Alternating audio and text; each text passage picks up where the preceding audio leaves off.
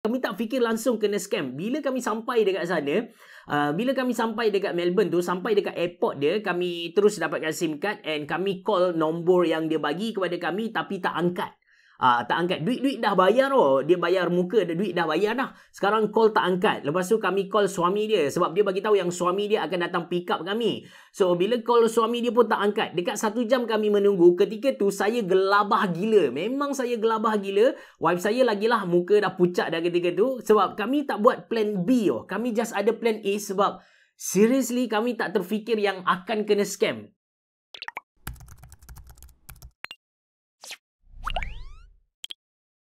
Assalamualaikum warahmatullahi wabarakatuh. Selamat datang ke channel Ashraf Jeffrey, yang mana dekat channel ni saya just nak kongsikan pengalaman dan juga pendapat peribadi saya. Beberapa hari ni kecoh dengan isu Will Smith dan juga pensyarah yang kata B40 tak elok dan sebagainya. But saya tak nak ambil part untuk kedua-dua isu tu sebab dah ramai orang komen dan kita dah dapat banyak buah fikiran yang kita rasa bagus untuk diterima dan ada juga beberapa yang patut kita tolak lah. Saya dalam kesempatan ni saya just nak kongsikan isu yang tak ada berkait langsung dengan dua-dua kes yang viral tu. Saya nak kongsikan pengalaman saya melancong ke Melbourne, which is saya boleh kata kepada anda satu pengalaman yang gila saya pernah buat atas muka bumi ni dan satu pengalaman yang sangat-sangat memorable. Saya suka melancong, saya pergi ke banyak negara, even saya pernah duduk dan juga bekerja dekat Jepun. Saya pernah melancong ke Jepun, pernah melancong ke Korea, banyak 5-6 kali macam tu. Lepas tu saya pernah pergi ke Sweden, ke Norway, ke Denmark, saya pernah pergi ke Indonesia, saya pernah pergi ke Makassar sampai masuk hospital, masuk ICU. Lepas tu saya pernah pergi ke Bali. Dekat sana saya pernah masuk kedai yang jual babi guling ataupun babi golek lah dalam bahasa Melayu kan. Lepas tu saya pernah pergi ke Melbourne, saya pernah pergi ke Phuket, saya pernah pergi ke Gold Coast. Memang banyak gila tempat. Even kalau tak ada PKP ni mungkin akan bertambah lagi tempat-tempat yang saya nak pergilah. Saya memang suka melancong. Saya banyak habiskan duit dekat dua benda sahaja. Yang pertama melancong dan yang kedua makanan. Kalau saya tinggal di Kota Baru, Kelantan, kalau saya pergi ke KL dengan family trip untuk satu hari tu, kalau RM1000 tak habis tu macam pelik lah. Sebab saya memang dengan family nak makan apa? Okey, kita order je. Dekat KL banyak restoran yang tak ada dekat Kelantan ni. That's why bila pergi dekat sana kita all out lah. Kalau dekat Kelantan ni kita berjimat-jimat sikit. Alright. So, kenapa dalam banyak-banyak tempat yang saya pergi ni, saya rasa Melbourne adalah pengalaman yang paling memorable sebab masa tu saya masih ada satu orang anak sahaja. Anak perempuan saya ketika tu umur dia dalam 1 tahun 8 bulan. Baru boleh berjalan, jalan sikit jatuh. Cuma luckily anak perempuan saya ni dia good baby. Dia tak menangis kuat sangat, dia tak meragam. Dia memang easy baby lah. Itu rezeki saya. Lepas tu pergi ke Melbourne ketika tu lama dah, saya tak ingat dah, rasanya dalam 2014 ataupun 2015. Saya memang tak suka duduk dekat hotel lepas tu naik dia punya bus ikut trip pergi mana-mana. Saya lebih prefer DIY lah. Saya pergi sendiri, mungkin duduk dekat rumah orang ke macam tu. Kalau sekarang kita ada Airbnb kan. Dulu tak ada Airbnb ni. So, saya pun minta wife saya kata kepada wife saya, instead of kita duduk hotel, why not kita cari rakyat Malaysia yang ada dekat sana, kita tumpang rumah mereka dan kita bayar harga yang setanding dengan harga hotel. Bukan isu duit dekat sini, no. Tapi kami nak satu experience yang kami takkan dapat dekat tempat-tempat lain. Masa saya belajar dan juga bekerja dekat Jepun dulu, bila saya melancong, saya belajar benda ni. Kita tak boleh kita tak boleh ikut trip yang orang lain buat. Kita kena buat trip kita sendiri, kita kena blend dengan community, baru kita dapat bukan sahaja tempat, baru kita nampak bukan sahaja tempat menarik dekat sana, bukan sahaja makanan yang ada dekat sana, tapi culture dekat sana tu macam mana kan. So, bila kami godek-godek, ketika tu YouTuber, even Mak Luffy pun belum famous lagi ketika tu. Kami cek dekat Melbourne adalah seorang blogger yang famous. Dia jual ada pinggan mangkuk yang famous dekat Australia. Sekarang pun masih lagi famous lah. Saya lupa nama apa. So, dia jual benda tu ke Malaysia. Jadi kami contact dia, kami bagi tahu, boleh tak kami nak tumpang rumah dia, maybe satu bilik sewa macam tu, kami akan bayar rate hotel macam ni. Dia pun kata, oh tak ada masalah. Dia pun happy lah. Dia happy, dia cakap, oh happy lah orang Malaysia nak datang kan, jumpa bla bla bla kan. Dan kami ketika tu entah macam mana tak fikir langsung tentang kena scam ni. Seriously, kami macam, oh ni dia dah cakap macam ni, okay, kita follow dia lah. Kita follow dia, ni garanti okay punya. Somehow, benda tu je ada dalam kepala kami. Kami tak fikir langsung kena scam. Bila kami sampai dekat sana, bila kami sampai dekat Melbourne tu, sampai dekat airport dia, kami terus dapatkan SIM card and kami call nombor yang dia bagi kepada kami tapi tak angkat. Tak angkat. Duit dah bayar dia bayar muka, duit dah bayar dah. Sekarang call tak angkat. Lepas tu kami call suami dia sebab dia bagi tahu yang suami dia akan datang pick up kami. So bila call suami dia pun tak angkat. Dekat 1 jam kami menunggu. Ketika tu saya gelabah gila. Memang saya gelabah gila. Wife saya lagilah muka dah pucat dah ketika tu sebab kami tak buat plan B. Kami just ada plan A sebab seriously, kami tak terfikir yang akan kena scam. Kami 100% percaya dekat dia sebab bila kita baca blog dia pun quite convincing lah, meyakinkan. Orang yang baca blog dia macam dia ni adalah real person, dia buat business gila-gila kan. Jadi benda ni buat saya cuak gila. Dalam 1 jam lebih tunggu dia, then alhamdulillah dia munculkan diri. Alhamdulillah. Katanya dia sangkut dalam kesesakan lalu lintas. Tapi yang buat saya macam hairan, even sebenarnya saya nak marah, kenapa dia tak angkat call? Kalaulah dia angkat call bagi tahu yang dia lambat sikit ke, saya boleh terima lah. Tapi ni dia tak angkat call. But alhamdulillah, okay lah. So dia pun bawa kami ke rumah dia. Jauh juga dari airport tu ke rumah dia, dalam dekat-dekat 1 jam macam tu. Itu dah naik highway. Cuma dia tak bawa laju sangat lah. Katanya dekat Australia ni dia memang ada speed trap yang akan boleh tangkap dia. Macam tu lah, lebih kurang standard lah negara maju kan. So bila sampai dekat rumah, kami turunkan barang, masuk bilik rumah dia. Rumah dia tu ada 2 bilik saja. Bilik dia dan bilik kami dah ada 1 ruang tamu lah. Ruang tamu tu including dengan sedikit kitchen dekat bahagian tepi macam tu. So dia bagi 1 bilik dekat kami. Bilik tu nak standard lah. Nak kata tak selesa sebab dekat Jepun lagi kecil bilik-bilik ni. Even dekat hotel, kalau duduk dekat Jepun nak solat pun kita kena solat atas katil. Kecuali anda pergi dekat hotel 4-5 bintang lah. Kalau hotel yang 3 bintang macam tu, nak solat pun atas katil. Kecuali kalau anda pergi dekat Love Hotel, somehow Love Hotel agak luas, selesa untuk solat lah. Tapi tergamak ke tak anda nak solat dekat Love Hotel tu, wallahu alam kan. So jadi tinggal anak dengan wife saya dekat rumah dia bawa saya pergi solat Jumaat. Okey, solat Jumaat dekat Melbourne ni dia punya perasaan lebih kurang sama dengan solat Jumaat dekat Jepun, yang bagi khutbah pun dalam bahasa Inggeris, kemudian dia susuli dengan bahasa Arab, macam dual language macam tu. Dekat Jepun pun anda boleh dapat experience yang sama. Anda boleh pergi dekat Masjid Jame' dekat Tokyo. Hachioji pun ada. Actually dekat mana-mana tempat pun masjid adalah kalau anda pandai cari. Dia punya suasana memang mesra, tak sama dengan Malaysia langsung.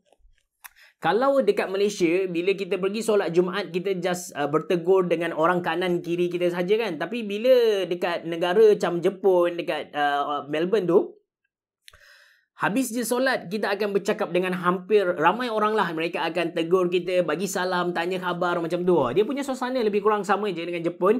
And suasana ni patut ada dekat Malaysia. Malaysia suasana ni ada hanya pada Aidilfitri kot. Tapi luar daripada waktu tu, hari Jumaat ke, kita macam okay, dah habis salam, lepas tu ciao, tak ada cakap dengan orang tepi kanan kiri kita, tak ada kan. Ini adalah culture yang tak ada dekat Malaysia. Kita patut wujudkan lah culture ni. Saya sendiri mengakui yang saya tak mampu buat kalau orang tak mula. Saya jenis nak kata introvert tu, tak adalah introvert sangat. Saya pun bukan extrovert. Jadi saya tak berani nak tegur orang. Kalau orang tegur saya, baru saya mula bercakap dengan dia. Alright. So itu benda yang pertama. Dan kami duduk dekat sana. Family ni agak struggle. Suami dia sambung PhD dalam bidang dentistry. Isteri dia tak buat apa-apa, suri rumah, dan dia ada seorang anak lagi tua dari anak saya. Anak dia quite genius lah. Dia memang hebat lah anak dia. Tak apa, yang tu tolak tepi kan. So bila kami ajak dia makan dekat luar, dia bagi tahu tak apa, kita masak. Dia macam nak raikan tetamu kan. Tapi kita orang actually duduk rumah dia tu bukan nak suruh dia masak ke apa, tak ada. Kita orang just nak blend dengan community Malaysia dekat sana. So banyak ketika kami ajak dia makan dekat luar tapi dia tak nak. Dia cakap tak apalah. Dan barulah kami realise dia cuba berjimat-jimat lah. Dia ada cerita lah tentang masalah duit dia. Mak ayah hantar lagi duit dekat dia untuk sambung belajar. Dia pun ada ambil loan dan sebagainya. Dari situ kami aware yang dia ada masalah dari segi kewangan. So kami makan dekat luar, dia makan dekat rumah. Kami tak nak usik makanan dia, macam rasa bersalah lah kan, sebab kita nak tumpang bilik dia, rumah dia saja. Hari pertama saya berjalan dekat Melbourne, maksudnya hari seterusnya berjalan dekat Melbourne tu, kita orang nak pergi cari kita orang nak cari masa mula-mula sampai dekat airport tu, kita orang guna roaming handset kan. Jadi bila sampai dekat rumah dia, kita orang tanyalah nak pakai SIM card apa dan sebagainya. Dia pun bagi tahu kena pakai SIM card bla bla bla bla. Jadi kami pun pergi keluar cari SIM card tu, jalan kaki 3 orang lah, saya, wife saya dengan anak saya, jalan kaki sekitar rumah tu untuk cari untuk beli top up, untuk beli SIM card tu lah. So bila beli SIM card tu dia entah macam mana kami sesat. Kami tak tahu nak balik macam mana, dekat 2 jam lebih sampai hujan lebat barulah kami jumpa rumah tu dekat mana. So bila sampai dekat rumah tu, saya macam saya dah bad mood lah. Saya jenis sangat-sangat cepat marah tau. Saya ni orang yang cepat marah. Ketika tu lah, zaman muda-muda dulu kan, sekarang kurang sikit lah. Jadi dah bad mood. Walaupun kesalahan diri sendiri, tapi saya still bad mood. Wife ajak keluar pun saya dah tak nak keluar dah macam dah sesat kan tadi, bla bla bla kan. Dah marah. Wife saya pun terpaksa jadi tempat saya marah dia. Tu zaman dulu lah. Okay. So itu benda kedua yang saya cakap gila lah berlaku dekat sana. Kemudian hari seterusnya kami pergi dekat Zoo Melbourne, quite besar dan juga best. Anak saya dia perangai sama dengan saya, dia suka binatang. Wife saya pun suka binatang, jadi kami memang happy kalau pergi ke zoo boleh main-main. Dia punya bird cage tu memang besar gila, saya rasa lagi besar dari farm in the city yang ada dekat Malaysia ni.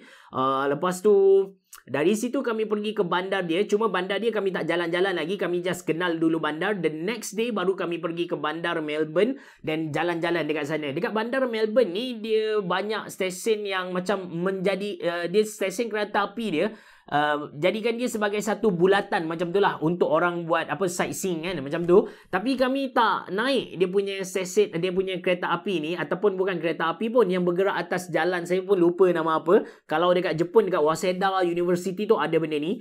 Dan apa yang kami buat, kami jalan kaki ke setiap stesen kereta api tu, sebab kami nak tengok culture orang dekat sana macam mana, dia punya perangai macam mana, cara dia jalan, dia buat dia macam mana, bau yang ada macam mana, everything kami memang nak explore. Bila kami cerita dekat host kami tu, dia pun terkejut. Dia cakap, aku duduk dekat sini dekat 5 tahun 6 tahun, aku pun tak pernah berjalan sampai teruk macam kawan. Tapi benda tu adalah common lah untuk saya dengan isteri saya. Memang kalau kami pergi ke Jepun pun memang kami banyak berjalan. So tak ada isu sangat lah, walaupun bawa stroller jalan anak dan sebagainya. And lepas tu dekat Melbourne ni kan, seriously, saya kalau boleh saya nak suruh anda pergi ke sana. Tapi anda kena explore sendiri. Kalau anda just check biasa, anda tak akan jumpa tempat-tempat menarik. Even kalau anda tak sewa kereta, anda tak cuba drive sendiri dekat sana, anda tak akan dapat pergi tempat yang kita kata awesome lah. Macam dia punya pasar Victoria Market, tak silap saya, dekat situ anda boleh beli strawberry dengan harga murah gila. Tapi satu bakul strawberry dia dah lagi sedap dari Malaysia, lagi sedap dari Jepun, and harga dia lagi murah dari dua negara ni lah. Even kalau tak habis pun, mereka kata strawberry jam antara benda yang paling senang cari dekat sana. Senang gila cari. Saya sewa kereta. So sewa kereta guna international license, and dia punya traffic tu lebih kurang dengan Jepun tau. Salah satu tempat yang sama, bila kita duduk dekat traffic light 4 traffic light tu, jadi bila kita nak pergi ke kanan, kita kena masuk satu lorong, tunggu dekat tengah-tengah. Jadi kita akan nampak kereta lalu lalang macam tu lah. So bila lampu hijau dekat kita, baru kita gerak. Dia kalau dekat Malaysia kita ada lampu isyarat cabang 4 tu, cabang 4, kalau isyarat depan hijau, semua kereta boleh pergi ke depan ataupun ke kanan direct kan. Tapi dekat Australia ataupun Jepun ni, kalau lampu depan hijau pun kita boleh pergi straight, tapi kita tak boleh pergi ke kanan. Kita pergi depan sikit sikit ke kanan dan kita tunggu lampu hijau ke kanan tu jadilah. So baru kita boleh pergi ke kanan. Dia sedikit berbeza dengan Malaysia. Kalau Malaysia pun kita jumpa tempat ke kanan macam susah. Saya kena tunjuk gambar kepada anda. So anda boleh faham apa yang saya cuba maksudkan. So dekat Malaysia pun actually ada juga yang macam kalau lampu hijau straight je boleh jalan. Lepas tu kanan tak boleh jalan sampai lampu hijau kanan boleh jalan kan. Tapi itu berlaku dekat bukan cabang 4. Itu berlaku dekat tempat-tempat nak melencong ke kanan lah. Dekat Jepun ataupun Australia dia memang berlaku dekat traffic light, dekat cabang 4. Nanti saya tunjuk gambar. Ini kot gambar. Okay, so pengalaman drive dekat sana pun best. Bila sampai satu tempat tu kita boleh nampak ada kangaroo lompat-lompat atas jalan. Dia macam kambing ataupun lembu dekat Malaysia lah. So cuma dia comel lah. Sebab lembu dengan kambing ni tak berapa comel kan. Kangaroo dia comel sikit. Ataupun maybe sebab dia rare. So kita rasa pelik lah dekat sana kan. So itu pengalaman drive. Dan yang best sekali bila kita duduk dengan orang dekat sana, orang Malaysia yang dah lama menetap dekat sana, mereka tahu tempat-tempat menarik yang kita tak akan jumpa kalau kita pergi sendiri. Ada satu tempat dia bawa saya ni agak jauh, tak jauh sangat dari bandar dia, tapi bila sampai dekat situ kena jalan 1 kilometer, tak boleh naik kereta dah. Dia macam tempat yang sangat-sangat rumit untuk kita pergi. 1 kilometer kena jalan kaki. Dan bila sampai dekat sana, first time saya tengok dalam hidup saya penguin hidup bebas. Dia bukanlah duduk dalam zoo, dia tak terperangkap dalam cage, tapi ni memang hidup bebas, dia bermain. Kangaroo dekat Australia, penguin dekat Australia ni dia bukan warna putih hitam tu, tapi dia warna biru. Dia berbeza sikit, dia kecil-kecil warna biru dan dia laju lah. Dan kita nampak, so penguin tu hidup, kita boleh bagi makan. Dia macam tempat penguin lah, memang habitat penguin dekat situ. And tak ramai orang tahu.